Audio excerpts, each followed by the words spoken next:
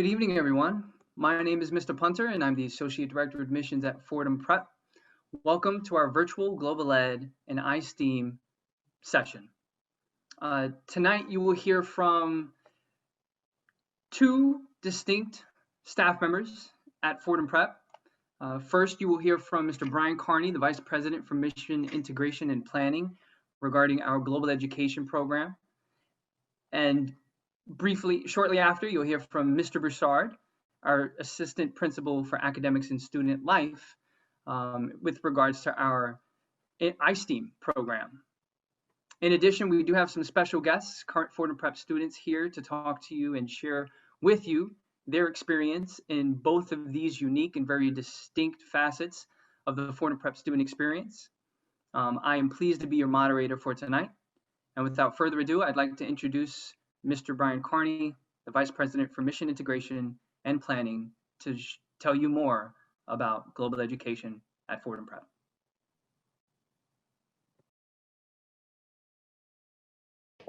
Thank you, Corey.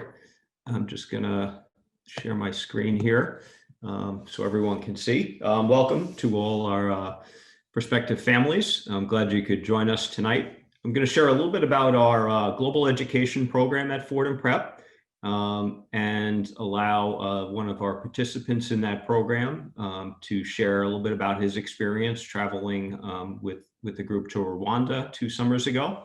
And then, of course, leave some time for your questions. So just to give a kind of an overview of global education at Fordham Prep and where it fits with Jesuit education, this infographic kind of tells the story of how global education is very much connected to our mission as a Jesuit school.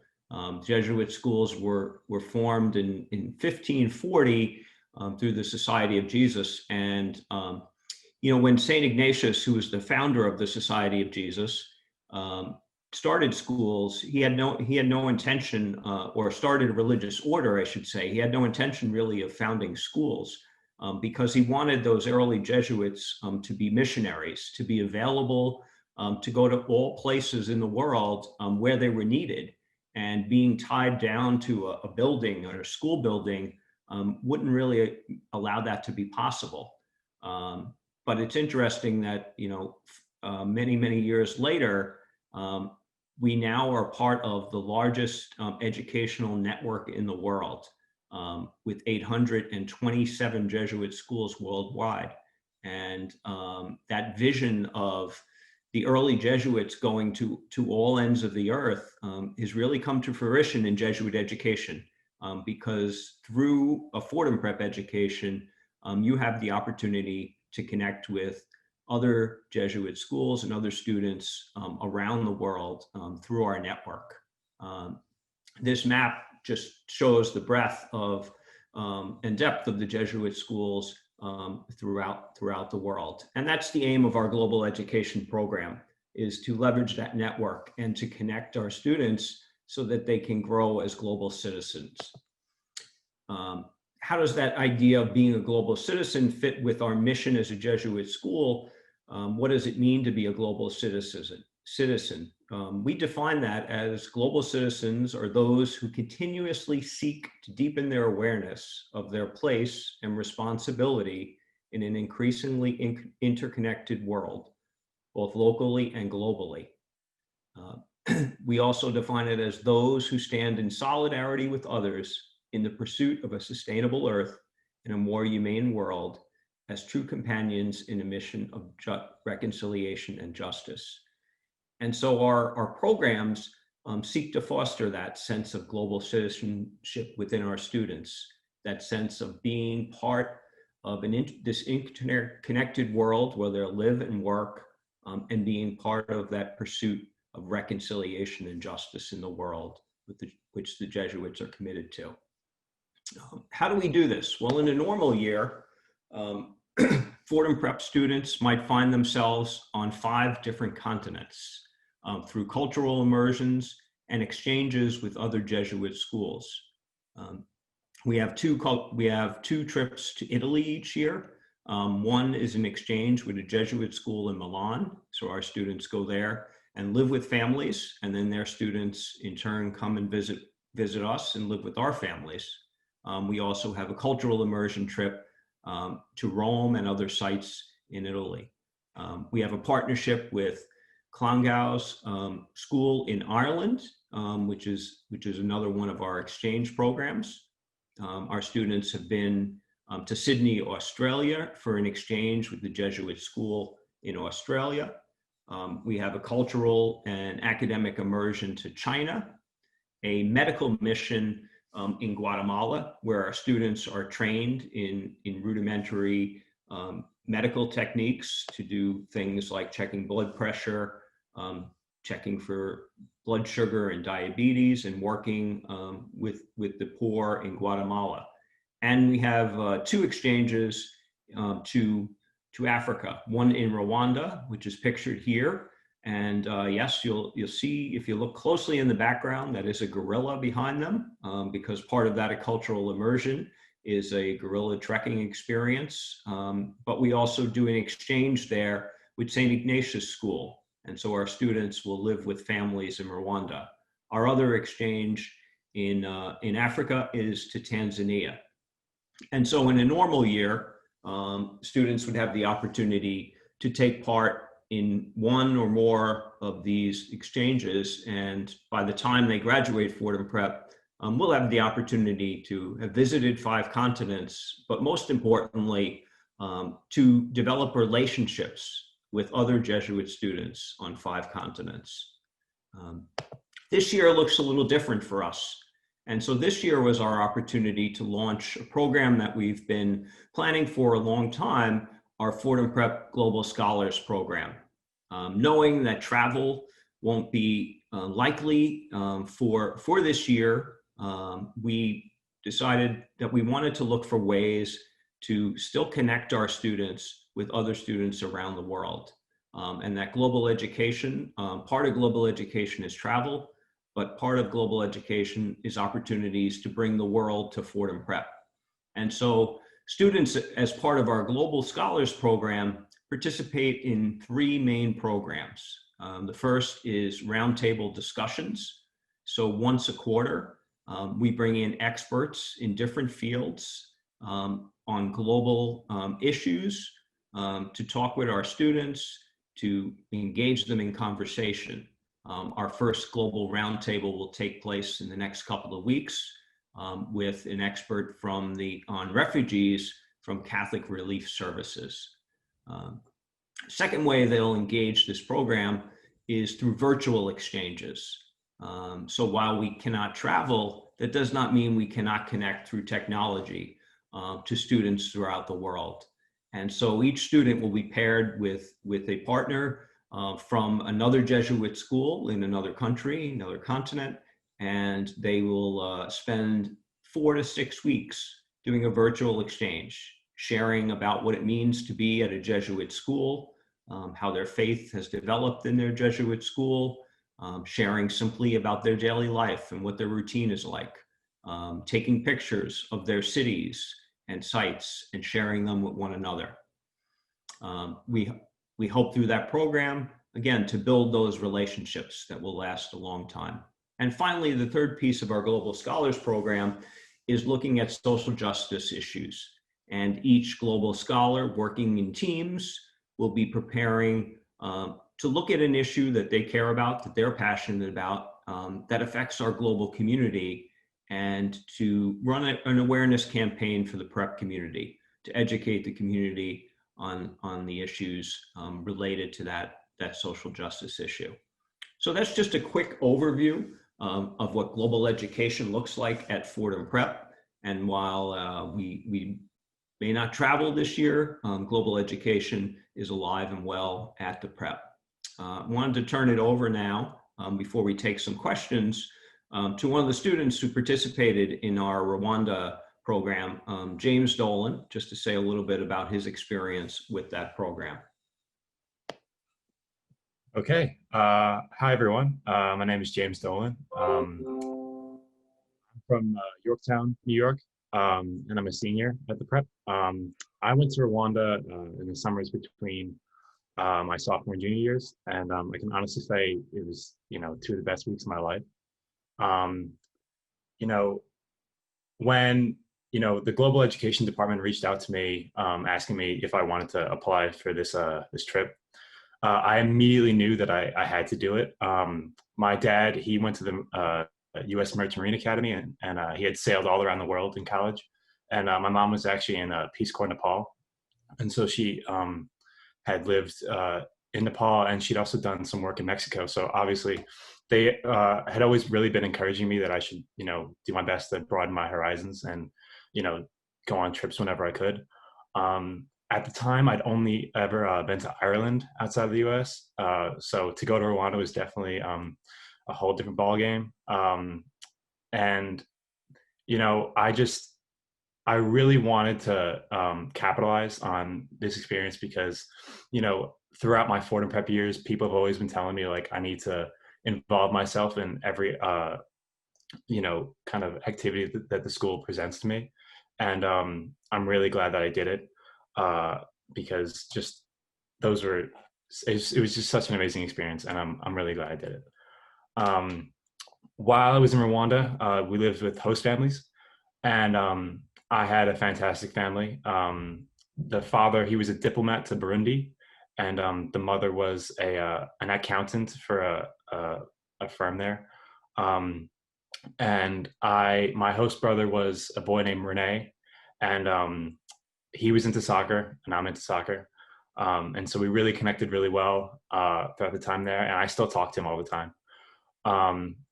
And just living in a different house, it was really, really cool. Because we didn't have Wi-Fi, and so to be away from that sort of just to get away from my phone and really just embrace the whole culture that they had there was really great.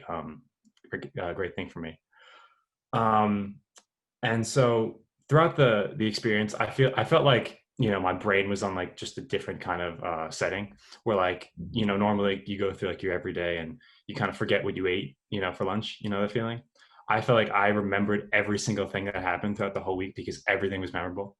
I do think though that the most impactful lesson I guess I learned from that whole experience is how similar they were to us. And obviously they're different in so many ways, but when you think of Africa, you don't think of construction everywhere. You don't think of incredibly educated and eloquent people who are charismatic and able to laugh with you wherever you go. You don't think of big cities and nice food, and that was really my experience there. Is I witnessed all of that, and I think one of the kids there, he said to me, you want to, I guess he wanted me to come home and tell people that Africa isn't just like a jungle, and it's not just a savanna. It's like there are places there that are really more similar to America than anyone here would ever imagine. And so, yeah, I think that definitely was just the most impactful thing for me. And also another thing is how well me and the friends I went with to Rwanda bonded with the kids from St. Ignatius High School, which is the school there that we did the exchange with. I still talk to there's a guy named Felix over there who I still talk to every single day. Mostly because he's the one always texting me, how was the soccer game? And he always, if you look on our Fordham Prep Soccer Twitter, he comments on every game, telling us how great we're doing. And I sent him a pair of cleats for Christmas, and I think that honestly, I see myself having this relationship with him forever. I don't see any end in sight. And it's really great because, not like at what other school can you say like, oh, like I have a friend that lives on the other side of the world? like it's such a unique experience, and I really really enjoy it. And I can't thank the global education department enough for this opportunity that they gave to me. And I think looking forward, just being away from home in general is just such a great lesson, because I'm looking at colleges next year. I think I feel so much more confident in my ability to really step out of my front door and be able to really have a great time and feel independent no matter where I am. And so that's my experience, and thank you for listening. Thanks, James. And feel free, folks, to put any questions that you might have about the program for either James and I in the question and answer section, and we'd be happy to tell you more.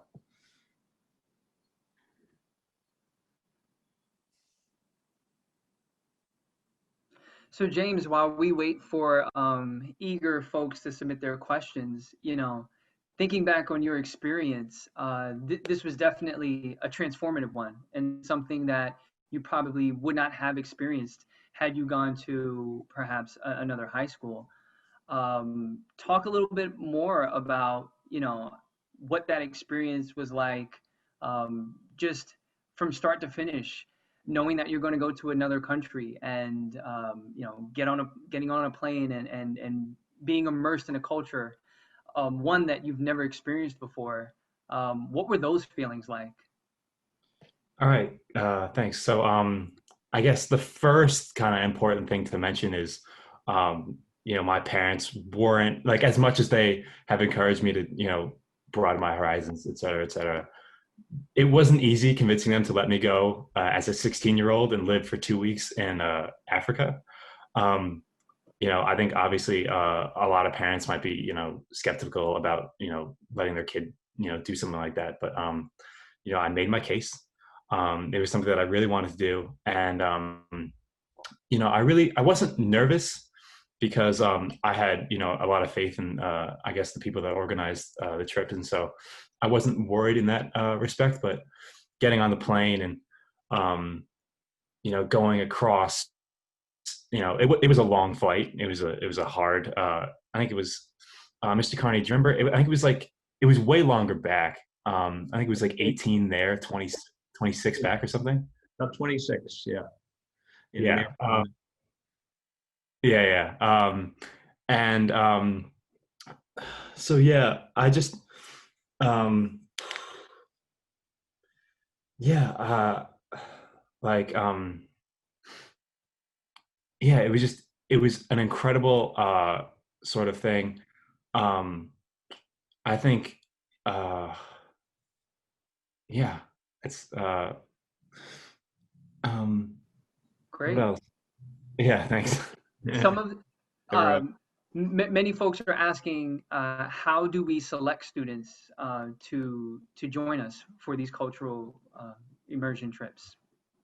Sure, I can take that. And several people, I think, asked about the length of each exchange. Our exchanges vary from about 10 to 14 days.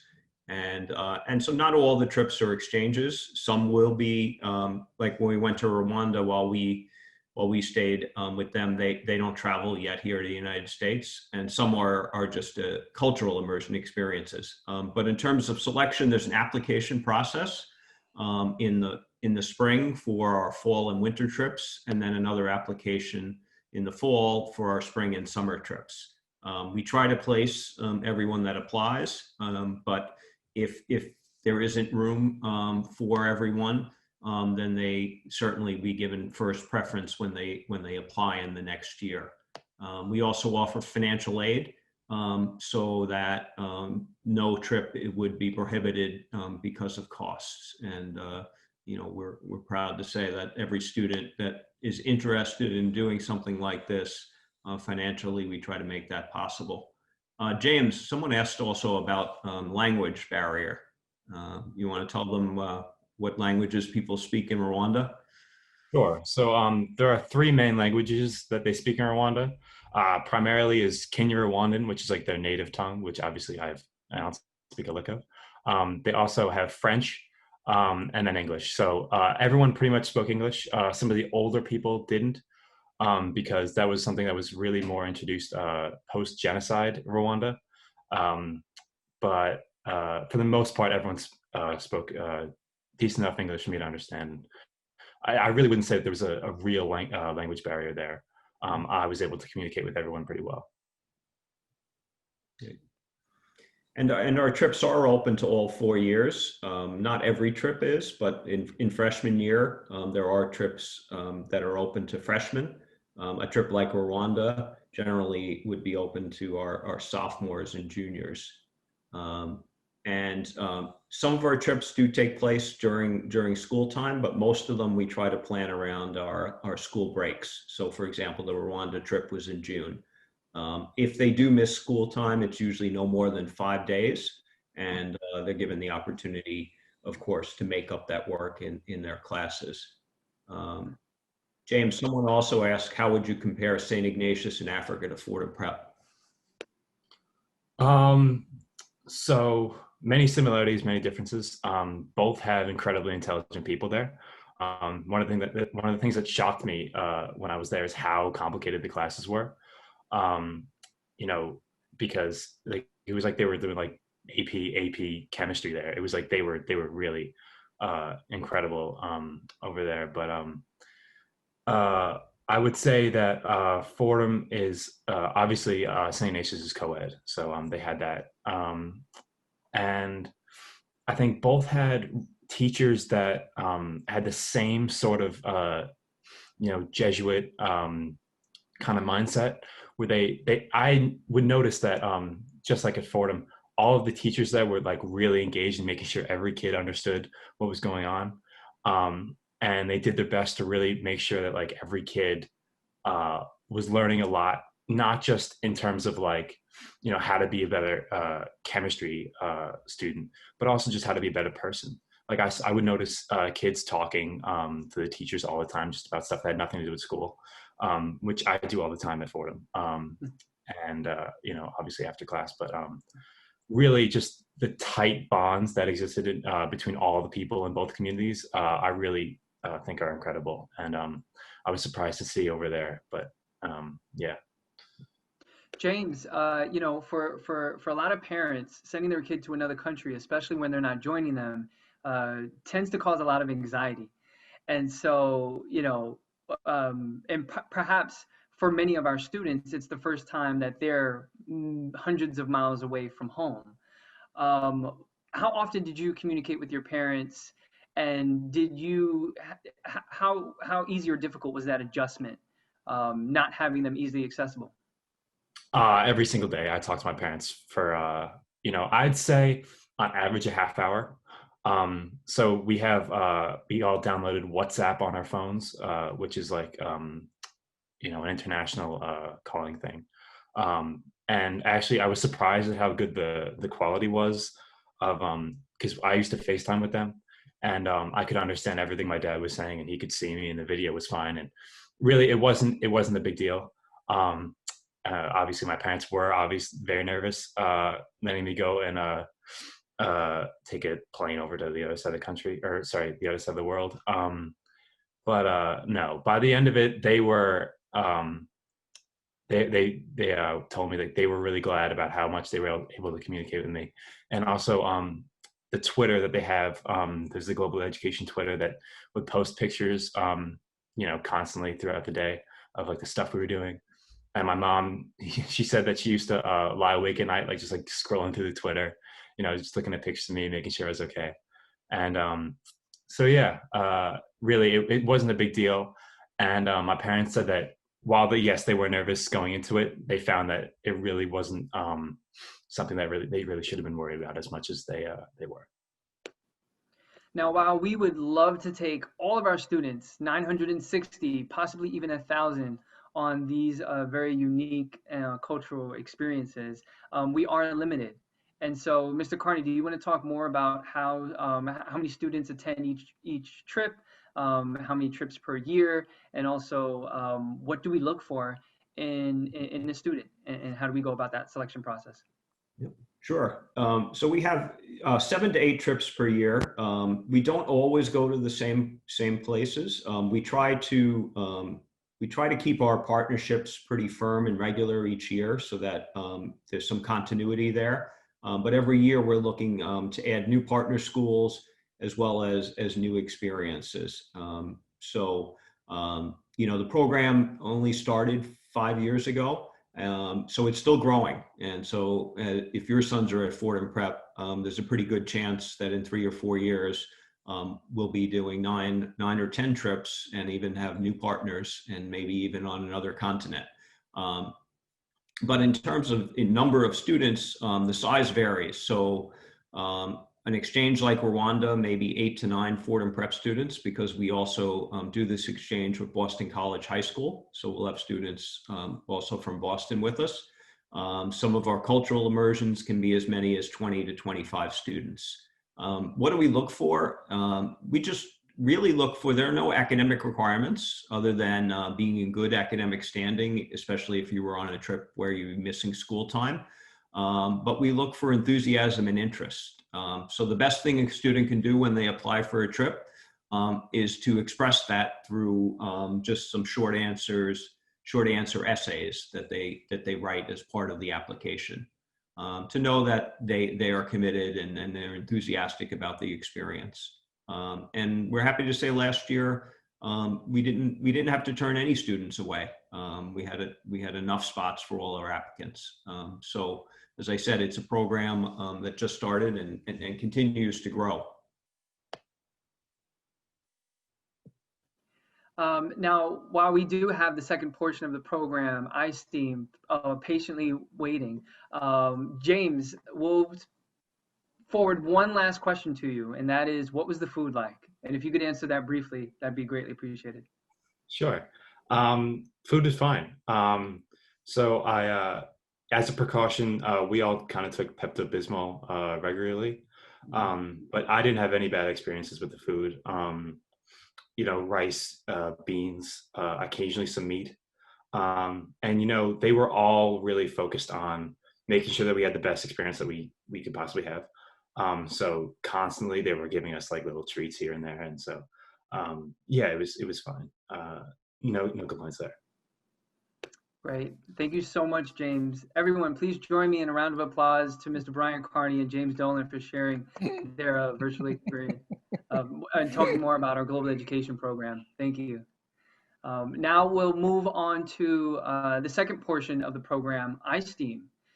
And so Mr. Broussard, the Assistant Principal for Academics and Student Life, who has helped launch the iSTEAM program at the Prep some years ago, will talk to you more in depth about the program. And we also have some special guests, Max Machado and Bryant Pappas, to share their experience as well. So Mr. Broussard, take it away, and I will share a presentation while you join. Awesome. Thank you, Mr. Punter, and good evening to everyone who's online tonight participating in this this pretty good forum to at least showcase what we're doing at Fordham Prep. So 3 years ago, I was hired at Fordham Prep to begin a program. And of course, iSTEAM is something that is a program of science, technology, engineering, fine arts, and of course, math, or clubs and organizations, and of course, content and activities that have come together to at least support our students.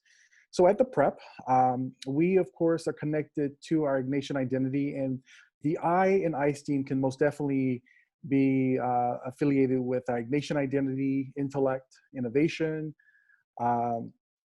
inquiry, and of course, our program integrates science, technology, engineering, arts, and math. Our finance department is quite strong, and there's a lot of electives that students can of course participate in. And we do believe at Fordham Prep, we can of course combine all of those different aspects of our curriculum, of our clubs and organizations to move forward. So over the past couple of years, we have expanded our, I think, 70 plus clubs to include additional clubs underneath the umbrella of iSTEAM. And I know Max and Brian are gonna talk about those in more detail. So I'm also the moderator of our Cyber Patriot Cybersecurity Club. And so for the past 2 years, our first year, we ranked number 3 in the state of New York within our first year. And so I have learned a lot because this is something that is new to Fordham Prep. But in addition to creating these clubs, we, of course, created a robotics club. And this year, we're using VEX Robotics software and, of course, their education and competition programs to help facilitate a competitive robotics program. This is going to be our second year entering an esports competition, national competition. We have 2 different esports teams, and one of our esports teams already ranked 6th in the country, playing, I think it's the League of Nations. And so in regards to all the different clubs, I do know that Max is involved in the 3D printing, and he may share, I'm sure he's going to share a few words. And we also have the opportunity in January to partner up with the university here in New York and also a professional sports organization to bring a sports analytics club to Fordham Prep. So I just wrapped up a conversation with the CEO of that organization actually last week. And we are in the beginning stages to try to bring sports analytics to Fordham Prep. And so with the plethora of organizations that we have, these are just a few from aeronautical science that we have students that are involved in. And we are proud to be able to offer this package, this iSTEAM, you know, a package of clubs and opportunities for students to get involved and be competitive. And also, of course, transition into some technical and, you know, high concentrated math and science areas when they do transition into their college studies. So now I'm going to turn it over to either Max or Bryant to at least talk about their experiences in iSTEAM. I'm Max Machado, and I'm a junior at the prep, and I'm the president of the 3D printing club, and I also do the robotics club, although we haven't elected a president yet. And so a couple of the things we've done in 3D printing club, we try to help out and make anything that's needed. And so one time last year, a history teacher needed a Roman coin to show what they looked like to his students. And so we volunteered to help print it out. And so we set this up and printed it out on the printer. Then he was able to actually have a physical coin to go and show everyone. And then as part of the club, we've also been doing different projects, such as last year we had a pumpkin project for Halloween, which was basically design the best pumpkin you can and carve its face and everything.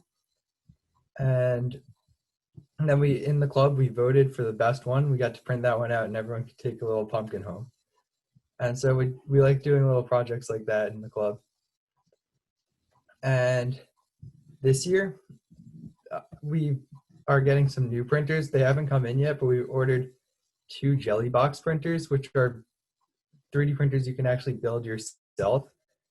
And so last year, a couple of the printers had broken down, and I went and took them apart, and I was able to fix them by taking some parts from the other ones. And so we wanted to be able to have everyone try building printers like that and putting the actual pieces together. And then there's also the robotics club that I'm in. And last year it started, and we started with Kinect's robots. And this year we've moved on to VEX Robotics, which is basically metal robots that you can actually go and screw together and design it to do whatever you need it to, maybe pick up a task, move a block from one place to another, follow a line. And then there's a coding app online where you can drag and drop blocks, or if you feel more comfortable with the text, you can actually write the code and program these robots to complete your tasks. And so basically those are the things that we've been doing for iSTEAM here at the prep.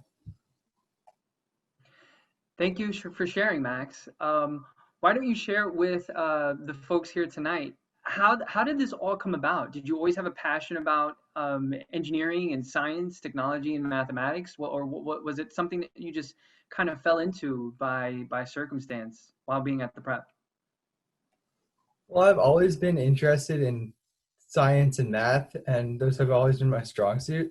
But getting to the prep, I've noticed the 3D printing club, and freshman year, it was kind of falling apart, and there weren't many people in it. And so I joined just to see what it was about. And I actually found it very interesting being able to make whatever we wanted. And so I've continued the club the next 2 years after that. It's just been incredible what we've done. Like even in the engineering club, which is kind of part of the 3D printing club at this point, um, we used the laser cutter that the school got last year. And there was a fundraiser night last year where we had to print 300 of these coasters.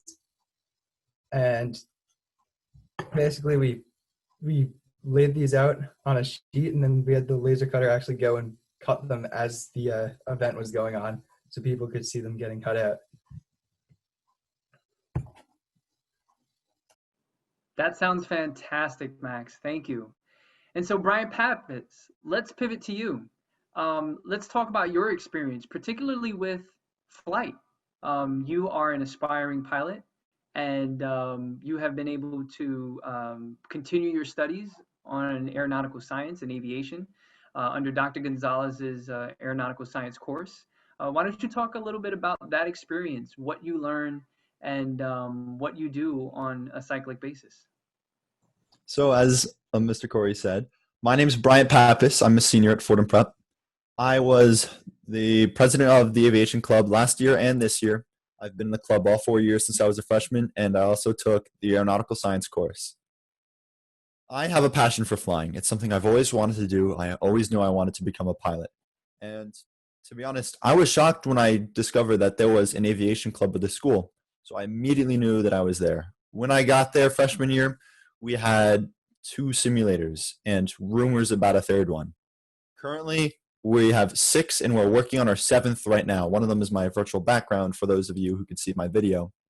And I'll switch it halfway through to the other big one. I built one of them myself. The rest we get from Fordham University. And during our clubs, normally a club day would go, we walk in, we'll learn about an aspect of flight, be it component of lift and component of drag, or about traffic patterns at an airport. But once we learn what we do in the club, we put it into practice on one of our simulators. And at first, of course, you hop on a simulator for the first time in an airplane, you're not going to know what you're going to be doing much. But over time, you get that practice. It only feeds your interest into the aeronautical field. And you just get better and better at it. And it's gotten to the point where last year and this year, I spent my summer down in Florida at a flight school. So I am a pilot in training no longer. I am a certified private pilot who is instrument rated. I can go in a plane and fly right now if I want to. I personally think that this aeronautical science course and the aviation club prepared me to pass my tests first try, because I did, and I'm really grateful for the opportunity that I got from it. There's some other aspects of iSTEAM that I'm in as well, aside from aviation club. I'm also our head sound designer for our school's theater program, and also I'm on the esports team for Super Smash Bros. Ultimate. So if you have any questions for me regarding any of those fields or anything at all iSTEAM related, please let me know.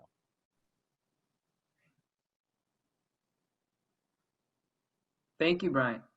Brian, I want to continue the conversation with you and talk a little bit more about some of the science courses that you've taken at the prep and how they've prepared you either with flight in your personal endeavors, but specifically how you learn in that environment. Talk a little bit about what that experience with your teachers are like. So, of course, because of the opportunity to take a bunch of diverse courses at the prep, you run into a bunch of different styles of teachers who teach differently. I found that my personal best would be project-based learning, which is probably why I grew so close to my aeronautical science teacher, Dr. Gonzalez. Some other notable courses that I taken were AP Biology and AP Physics, which I got a 4 and a 5 respectively on the AP tests for, and Engineering Science with Mr. Haig, which is probably my favorite course I'm taking this year. As well as there's some good math courses like statistics and calculus and geometry, which helped me with my wind correction calculations on my flight test. and stuff like physics, that's always going to help me conceptualize the aspects of flight. And I hope to continue my studies in university. Thank you, Brian. Max, I want to ask the same question of you. Talk a little bit about the current science courses you're taking and also how that has enhanced your learning at Fordham Prep. So now I'm taking AP Chem and AP Physics, and especially AP Physics helps a lot with designing, with 3D design, because there's a lot of calculations on what angles you need to come in and how far you have to extrude certain parts of your model in order to meet up with others. And so using physics and even calculus, that helps a lot with being able to figure out exactly what you're going to do in your design, because without being able to calculate it, it's a lot of guess and check and it takes 10 times longer. And basically with all the stuff that I've learned now, I can streamline my design process a lot more.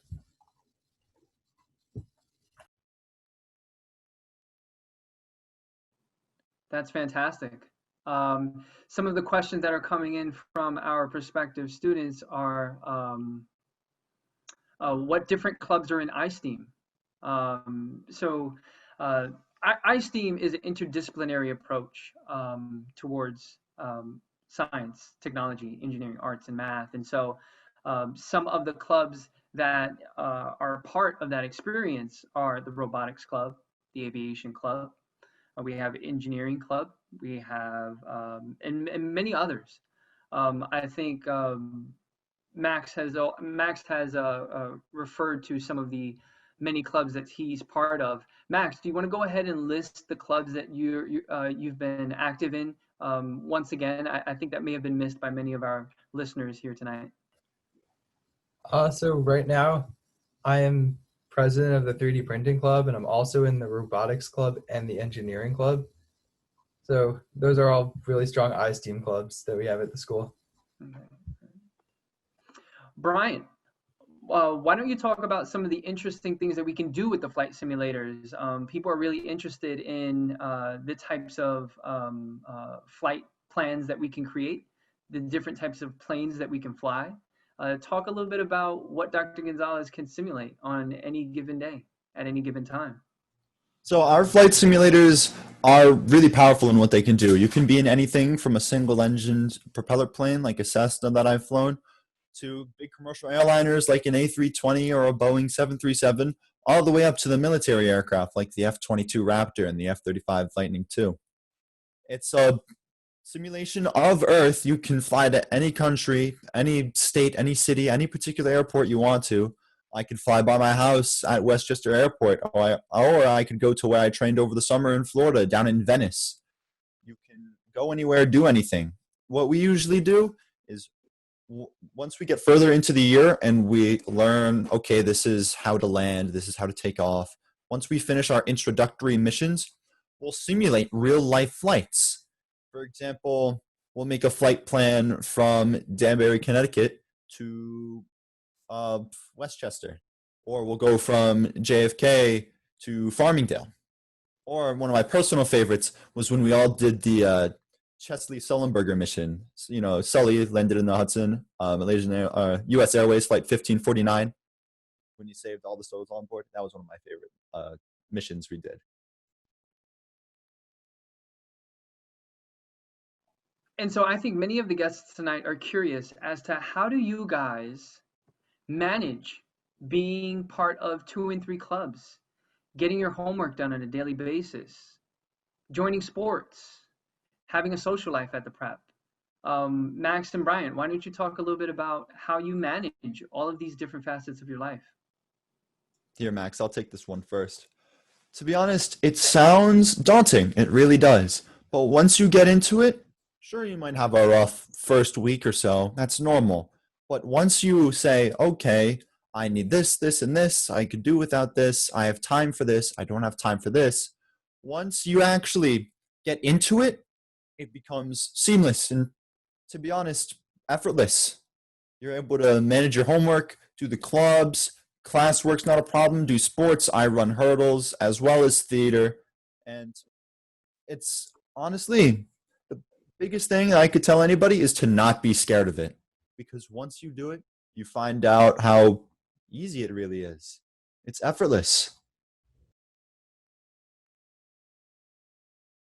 Yeah, what Bryant was saying, it's all about time management. Once you get into your schedule and you understand what you have to do and what you don't have time for, that becomes easy. And if you know you're in 3 clubs, then you know you have to set aside that much time that you're going to put into the club each week, and you make sure you have enough time for your homework and your sports. Like I'm a pole vaulter, and so that takes a lot of time as well. And basically, just you have to manage your time well, so you have enough time to get everything done and still relax at the end of the day. While we don't have the president of our esports team, Joshua Ramos, here with us tonight, he will tell you that he has taken much pride in having the co-curricular club, the esports team, compete on a very regular basis. Although we do not have a Fortnite club, and I know that's a huge favorite amongst the young generation of today, you will compete competitively through Fortnite with our esports team. And so if you have any questions, you're welcome to email admissions@fordhamprep.org, and we'll be able to answer more in depth what takes place on the esports level. So I guess, Bryant, let's pivot to you, and let's talk about what the experience was like meeting alum of Fordham Prep who have come back to Dr. Gonzalez's class to talk about their experience. So I have met a couple Fordham alums, that, especially during the aeronautical science class. He gets some pilots to come in and talk to us about flight and flying and being a pilot. And it's really surreal because you can see these successful people, FedEx pilots, commercial pilots, people that fly private jets. You could see these people and think to yourself, I'm doing the same thing they are. I have just as likely a chance at success as these successful people are. I can be successful just like them. And being able to see, oh, he did this by doing this, and saying, wait a minute, that's what I'm doing. It's really helpful to see that there are people who are done what you're doing and have made it. So, Mr. Broussard, I think, as we reach the end of our Global Ed and iSTEAM virtual session tonight, what are your thoughts on the iSTEAM program and your vision on it? We've been active in this realm for some time, and so share a little bit about what our hopes and dreams for the iSTEAM program are in years to come, and what future students can look forward to. I do believe in giving students the opportunity to seek an interest and to build something that they want. So when the students, came to my office to talk about esports and building that program, I went with them to the Microsoft headquarters in Manhattan, or their flagship store, to learn about it with them. So I do believe for us, we want to create opportunities for students that are real because they want them. And of course, if we can incorporate additional clubs and organizations, as we're about to do hopefully in January, with a brand new sports analytics club with a professional sports team, our goal is to most definitely, and the vision is to give students, to provide them the opportunities, to provide them a substantial springboard to be successful in those advanced STEM classes. If it's engineering or electrical engineering, or if it's, advanced calculus at the college level, to provide a sound experience for our boys. And I think, we've heard some of those experiences in how curriculum and what students are learning in class are kind of impacted by what the students are doing in their clubs and organizations. And for those parents that may be on the call tonight or on Zoom, colleges and universities are now creating programs in esports and offering full scholarships. And now that we have a competitive esports team, we're already getting colleges and universities to ask us and inquire about our team, and to, of course, showcase some of our students as well. So our goal is to continue to offer students opportunities to enrich their experiences at the prep, and also provide something that they want to, of course, participate in. And Mr. Broussard, you lead a lot of the internship opportunities for our students. Talk a little bit more about that, I guess, in general and with specific to iSTEAM. Okay, well, seniors, students, when of course transitioning to senior year, some of our seniors do have the opportunity to apply for an internship during their spring semester, their final semester at Fordham Prep. And some of our students have decided to work with doctors or possibly in some type of tech office. I do know one student 2 years ago worked in Viacom in the city and was able to get a deeper understanding of how arts and of course media and digital graphics kind of work. So for students who are interested during their senior year to maybe pursue an internship in any type of iSTEAM or, engineering or science, internship, they have that opportunity. And that is something that a student must apply for during their senior year. And there are certain requirements that those seniors must meet. There is a final essay and a final presentation that seniors do provide to our leadership team and to teachers and other seniors that are part of that internship cohort. So with COVID, I do know internships were put on pause, but hopefully this incoming class, we will be able to afford those internships whenever they are ready as seniors, or even possibly for the class of 2023.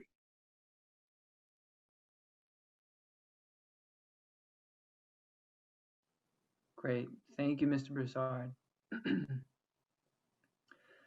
So we're waiting for just a few more questions to enter into the chat. And so, Mr. Broussard, I guess, a lot of students are asking questions about a lot of different clubs that we're not featuring tonight. And so do you want to talk a little bit about the comprehensive list that we've collected over the years? I think, when I take families and students on tours, or when I meet them in their classrooms, or even virtually, especially within the past year, I think one of the main things that Fordham Prep students appreciate about the Prep is not only the many clubs that we offer, but the fact that they can create their own club. And so the reason why we have such a comprehensive list is because students like you come to Fordham Prep with their desires and interests and passions, and they create the ping pong club. They've created the chess club many, many years ago. They created the magic club for very, very recently, within the past year, for the students who just love magic and want to share their talents and skills together. Mr. Broussard, do you want to share a little bit about some of the club ideas and things that you've heard over during your time here at the Prep, and how that process takes place? Sure, most definitely. For incoming freshmen, and I share with them, if there's in our menu of 70 plus clubs, if there's one that they don't find interesting, then we can create one. I just tell students that they need to have at least 10 interested students, just in case someone decides they're no longer interested. But just recently, 2 weeks ago, I approved the first ever fishing club at the Prep. And so now, with COVID, it's kind of hard for students to do certain things, but they can socially distance. I think it's in City Island, where a couple of our students have already gone with their moderator to fish on a Saturday. Now, of course, it's just an opportunity for some of our students who are interested in fishing to talk about that process on campus during activities period. But more importantly, this is a bonding opportunity for students to meet and hang out with some other like-minded students.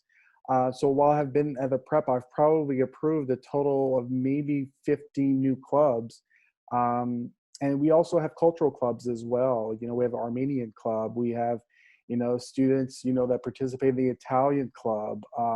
And some clubs have been around for much longer than others. And then there is the Bart Simpson Club too, that's been, I think, at the Prep for almost 20 years, and some of our students, I gravitate towards that. So if students are interested in a club, they can come to my office, have a conversation, and I'll help them out with that process.